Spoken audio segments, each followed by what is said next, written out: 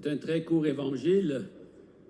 Actuellement, ce dimanche de Bon Pasteur, on a un développement sur qui est le bon pasteur, comment le bon pasteur connaît ses brebis, comment les brebis le connaissent, comment le bon pasteur donne sa vie pour ses brebis aux dépens du mercenaire ou du loup. En fait, ce passage plus court que normal est à tous les 3 ans. C'est un cycle. Et ce que nous pouvons retenir, c'est que dans ce passage, le bon pasteur n'est pas seul. C'est la particularité de cette année, nous faire voir que le bon pasteur n'est pas seul, il est lié au Père, que le Père et lui font un, et que donc nous sommes invités à partager cette intimité du bon pasteur avec le Père. Donc à vivre unis les uns les autres avec le Père et le Fils dans la communion de l'Esprit Saint. La réalité, c'est que les brebis que nous sommes, c'est-à-dire les êtres humains, éprouvons beaucoup de difficultés à être unis les uns aux autres. Comme vous le savez, on nous parle toujours de guerre. En fait, si vous lisez l'histoire de l'humanité, il y a toujours eu des guerres, des conflits, même dans la vie de famille, les divorces et les conflits de toutes sortes que l'on trouve dans les milieux de travail. Enfin, nous voyons bien que pour nous, les êtres humains, être unis comme le Père et le Fils sont unis est bien difficile. Il nous faut donc chercher cette aide qui nous vient de Dieu lui-même, qui nous apprend à lui ressembler. Et le Seigneur nous apprend à être capable d'entrer en relation avec les autres, qui sont bien souvent différents de nous, de toutes sortes de manières, dans les idées, dans la façon de procéder, dans les croyances, etc. Alors, ce que nous pouvons faire pour imiter Dieu, c'est de nous mettre dans une attitude de communion, c'est-à-dire d'abord d'écoute, pour aimer la personne qui est avec nous, l'écouter sans l'interrompre, sans chercher à imposer nos idées. Cela est un premier départ. Et ainsi, peu à peu, un lien véritable se crée avec notre frère. Cette semaine, je suis allé à l'hôpital pour une prise de sang. Et quand j'y vais pour quelque chose d'aussi rapide, je suis toujours avec mon col romain.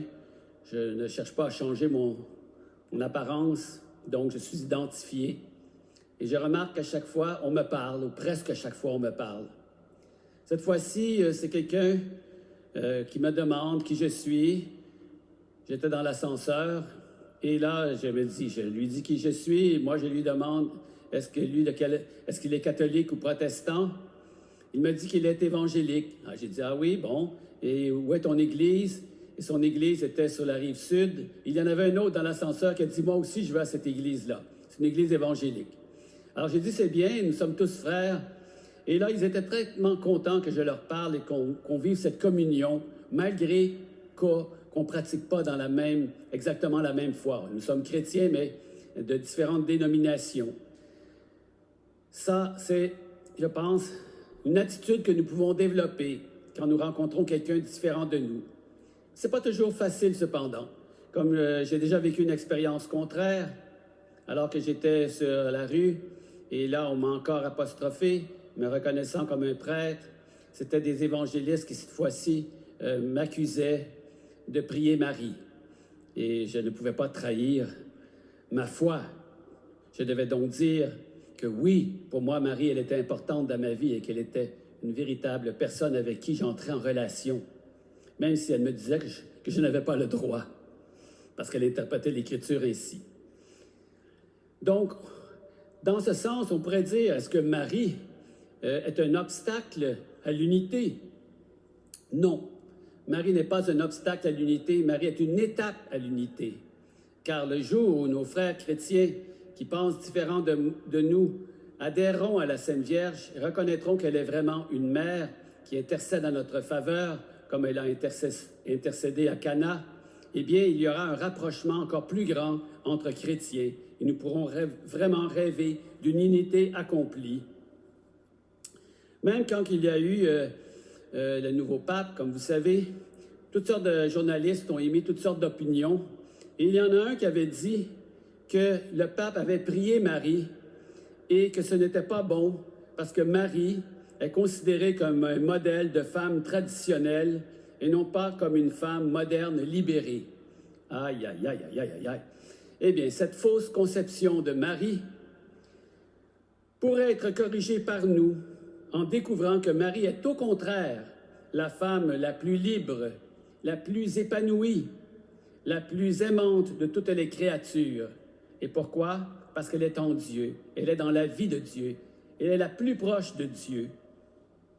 Être soumis à Dieu n'est donc pas une contrainte, comme certains esprits pourraient le penser. Être soumis à Dieu, c'est entrer dans ce bain d'amour trinitaire. Comme le Père et le Fils sont unis dans un amour parfait, ainsi en sera-t-il si nous-mêmes avons assez d'humilité pour reconnaître Dieu plus grand que nous et que nous avons tout à apprendre de Dieu, particulièrement dans le domaine de l'amour. Nous avons entendu une deuxième lecture de l'Apocalypse qui disait « Moi, Jean, j'ai vu et voici une foule immense que nul ne pouvait dénombrer, une foule de toutes les nations, tribus, peuples et langues. Ils se tenaient debout devant le trône et devant l'agneau, vêtus de robes blanches avec des palmes à la main. » Je vous parlais de ces élections du pape que tous ont suivies. Eh bien, nous avons vu dans la place Saint-Pierre ce rassemblement des nations, quelque chose de vraiment impressionnant, qui impressionne même les non-croyants. Et on pourrait dire que nous aussi, à la cathédrale, qui sommes un petit Saint-Pierre de Rome, nous avons aussi cette chance d'avoir du monde de toutes les origines, du fait qu'à Montréal, il y a beaucoup d'accueil. Et quand, évidemment, on a donné l'origine du pape, qui est un pape américain, évidemment, personne ne s'attendait à ça. Moi-même, quand j'ai vu le nom, j'ai dit ça doit être un Français, parce que ça ne peut pas être un Québécois, je les connais tous. Et donc, non, c'était un Américain, finalement. Mais un Américain qui n'est pas vraiment un Américain, même s'il est né aux États-Unis, parce qu'il a une expérience missionnaire mondiale, ayant été au Congo, et ayant vécu longtemps au Pérou, ayant même pris la nationalité, on pourrait dire que c'est un homme qui appartient au monde et qui épouse le monde entier. Et dans ce sens, il est plus qu'un Américain. Et d'ailleurs, quand il parle italien, il n'a pas d'accent, le fameux accent américain. Alors donc, nous avons vu aussi beaucoup d'engouement des non-croyants, je suis sûr. En tout cas, il y en avait un journaliste là, qui était tout excité en étant sur la place Saint-Pierre quand la fumée blanche avait sorti. Et il racontait comment c'était une émotion forte pour lui de voir tous ces gens qui accouraient. Il y a quelque chose qui se passait, mes chers frères et sœurs. Il y a une action de Dieu qui se passe dans notre Église pour le monde entier. Et ainsi, on peut dire donc que cette élection du pape est l'élection d'un homme qui rassemble. Et les moyens de communication d'aujourd'hui nous l'ont démontré. Il rassemble parce qu'il est à l'image du bon pasteur, lui-même le bon pasteur qui rassemble. Mais évidemment, on ne peut pas plaire à tout le monde. Et ce pape ne pourra pas plaire à tout le monde, comme Jésus n'a pas plu à tout le monde, puisqu'on l'a même tué. Cependant, il est celui qui a la mission de l'unité, tout en gardant la vérité de la parole de Dieu. Tendre la main au monde aujourd'hui, mais ne pas perdre son identité chrétienne, car notre trésor, c'est Jésus. Et Jésus qui est uni au Père et au Fils. Chers frères et sœurs, soyons aujourd'hui à la suite de notre bon berger Jésus et qui nous donne un nouveau pape pour notre temps. Amen.